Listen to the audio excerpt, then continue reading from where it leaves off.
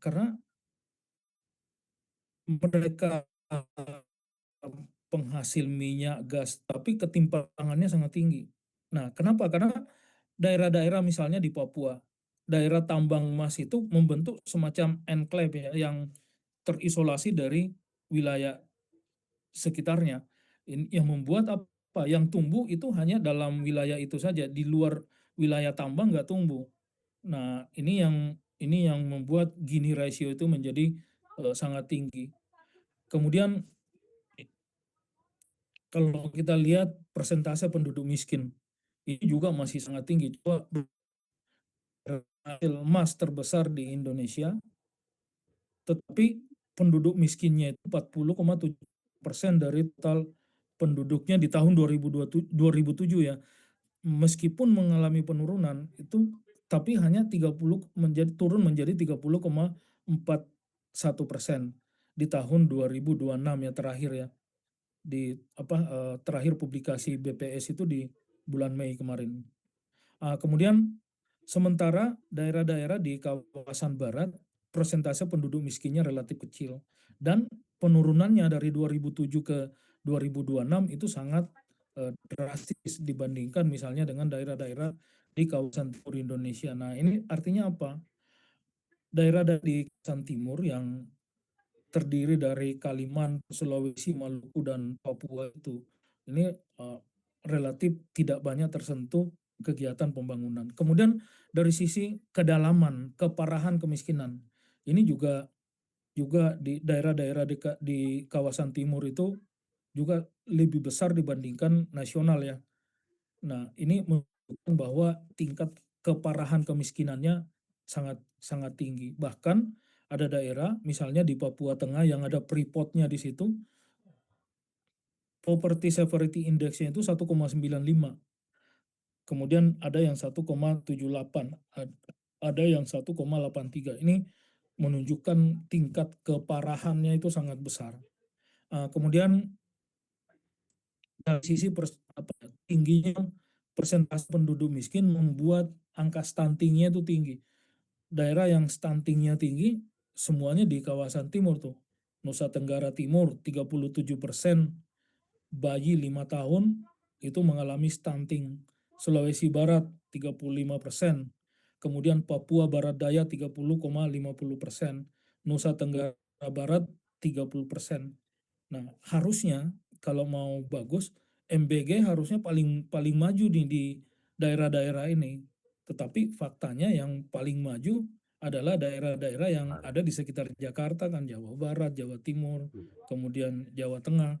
Sementara daerah-daerah yang memang sejak awal program makan bergizi gratis itu ditujukan untuk mengurangi angka stunting, ini yang relatif tidak eh, yang mungkin tidak sebaik yang ada di daerah yang ada di Jawa. Nah, ini yang membuat program stunting tidak secepat yang diharapkan. Bahkan kalau kita lihat data ya, 5 terakhir, Sulawesi Barat itu malah angka stuntingnya meningkat dari tahun sebelumnya ke tahun sekarang, atau dari 5 tahun lalu ke sekarang. Kemudian apa relationnya? Satu, aglomerasi ekonomi mau tidak mau kita kita di seluruh, ini meniru Deng Xiaoping tahun 78 pada saat berkunjung ke Singapura, membangun atau Sen Singapura di China. Kemudian yang kedua, nah ini juga penting nih, mengintegrasikan industri manufaktur masing-masing daerah ke dalam nasional dan global supply chain. Jadi kalau aglomerasi ekonominya kita bangun di setiap daerah tadi, di setiap pulau, nah sekarang sektor manufaktur di pulau-pulau itu diintegrasikan secara nasional dan diintegrasikan ke dalam global supply chain atau rantai pasok nasional dan global. Sehingga apa yang kita harapkan?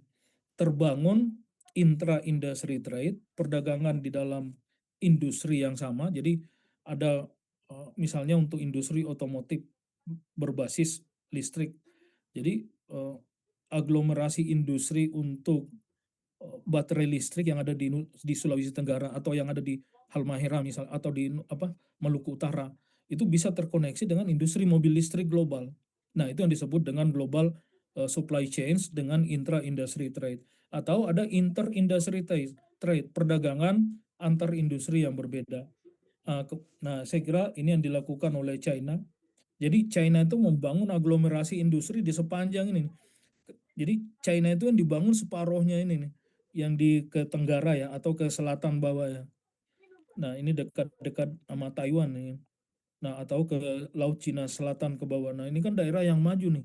Dan ini ada sekian daerah, 16 daerah yang setara, bukan setara ya, bahkan ada beberapa kota yang 3 kali lipat dari Jakarta ya, dari sisi populasi ya, atau 2 kali lipat dari sisi Jakarta, apa dibandingkan dengan Jakarta dari sisi populasi ya, yang berapa populasinya kurang lebih 10,4 juta manusia.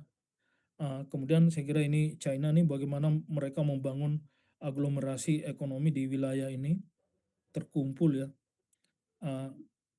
Kemudian Indonesia, kita sudah punya perencanaan yang sama sebenarnya.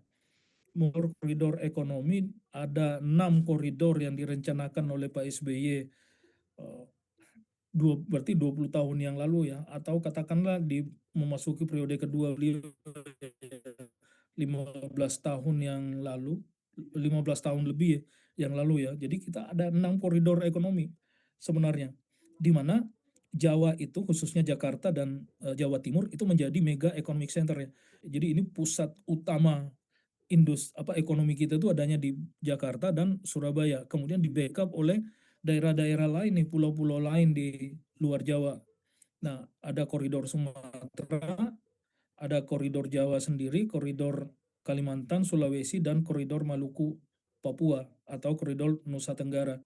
Jadi 6 koridor ini harusnya ini yang dibangun bersama-sama, di mana kalau kita lihat di MP3I itu Master Plan Percepatan dan Perluasan Pembangunan Ekonomi Indonesia, menempatkan Jawa sebagai basis pertumbuhan industri manufaktur berteknologi tinggi, sementara di luar Jawa ini adalah industri manufaktur berteknologi menengah berbasis sumber daya alam.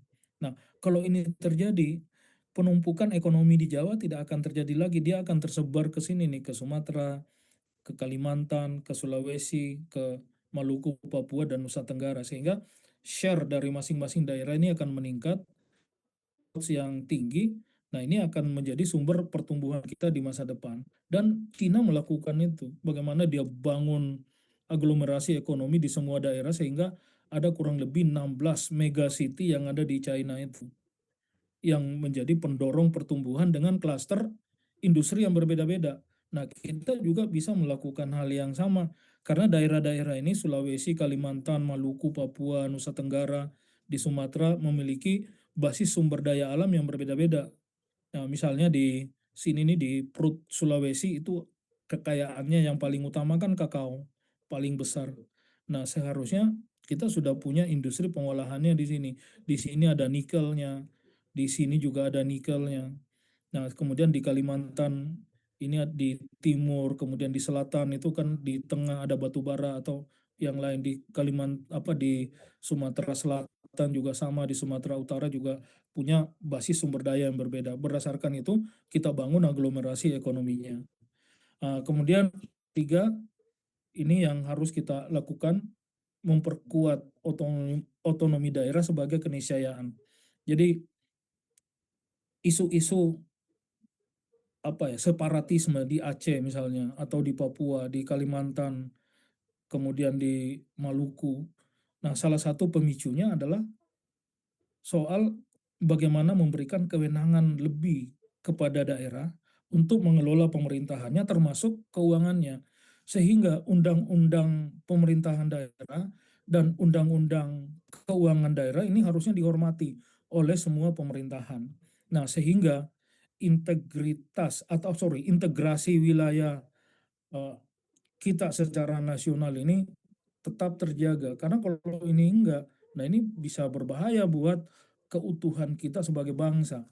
Nah, oleh sebab itu, salah satu isu yang harus kembali digaungkan ke depan adalah memperkuat otonomi daerah, baik dari sisi pemerintahan maupun dari sisi fiskal atau anggaran. Nah, atau ya mungkin isunya bisa lebih maju seperti yang disampaikan oleh Pak Amin Rais ya di awal-awal otonomi otonomi daerah. Kenapa sih kita alergi dengan generasi misalnya? Karena kita tidak apa ya, memperkuat basis otonomi itu di provinsi misalnya ya, yang skala ekonominya jauh lebih besar sehingga daerah itu benar-benar punya kemandirian di dalam mengelola ekonominya. Nah, saya tidak tahu diskursus tentang ini tidak pernah lagi muncul di ruang publik ya. Nah, terakhir kali Amin Rais di tahun 97 98 Pak Prof itu menyampaikan diskursus ini. Federasi, kalau nggak kuat federasi, udah otonomi di tingkat provinsi.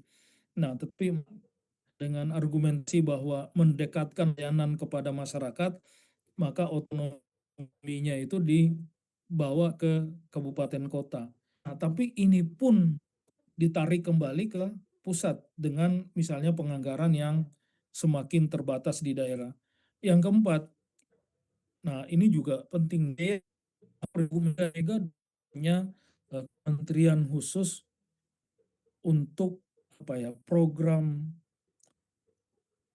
percepatan pembangunan kawasan timur. Nah, sekarang mungkin Pak Prabowo bisa melakukan hal yang sama, misalnya menghidupkan kementerian ini tadi untuk mengkoordinasikan pembangunan di kawasan timur merangkap kepala ibu kota Nusantara. Ya udahlah dia berkantor aja tuh di IKN daripada gedung yang megah-megah itu nggak kepake ya.